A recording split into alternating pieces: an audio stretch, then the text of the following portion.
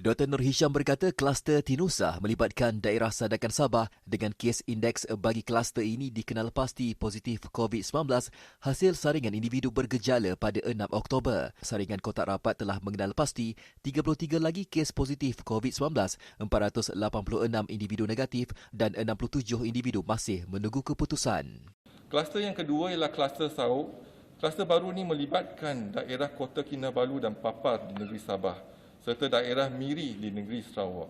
Kes indeks bagi kluster ini iaitu kes ke 16,540 dan kes ke 17,508 telah dikenal pasti positif COVID-19 hasil saringan bergejala pada 13 Oktober 2020. Kes ke 16,540 telah dimasukkan ke Hospital Queen Elizabeth Kota Kinabalu dan kes ke 17,508 telah dimasukkan ke Hospital Miri Sarawak.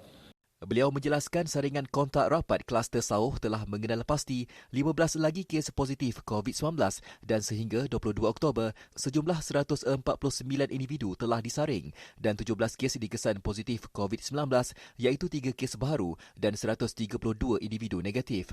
Sementara itu, KKM turut mengenal pasti satu lagi kluster di daerah Hulu Langat Selangor iaitu kluster Jambu di mana kes indeks dikenal pasti positif COVID-19 melalui hasil saringan pra-pembedahan pada 16 Oktober 2020.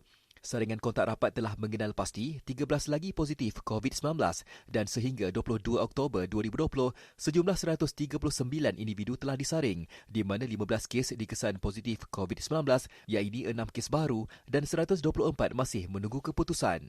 Kluster keempat ialah kluster Sofi. Kluster baru ini melibatkan daerah Seremban di Negeri Sembilan. Kes indeks bagi kluster ini iaitu kes ke 22,198 telah dikenal pasti positif COVID-19 hasil saringan bergejala pada 20 Oktober 2020 dan telah dimasukkan ke Hospital Rembau. Saringan kontak rapat telah mengenal pasti 33 lagi kes positif COVID-19. Sehingga 22 Oktober 2020, 160 individu telah pun disaring, di mana 34 kes dikesan positif COVID-19 termasuk 33 kes baru pada hari ini. 11 individu adalah negatif dan 115 masih menunggu keputusan. Sementara itu, KKM turut mengesan sebuah lagi kluster Bah Mutiara di Hulu Langat Selangor serta di Titiwangsa dan Lembah Pantai di Kuala Lumpur. Kes indeks yang telah dikenal pasti positif COVID-19 hasil saringan individu bergejala pada 22 Oktober dan mempunyai sejarah pulang dari kawasan berisiko tinggi iaitu Sabah.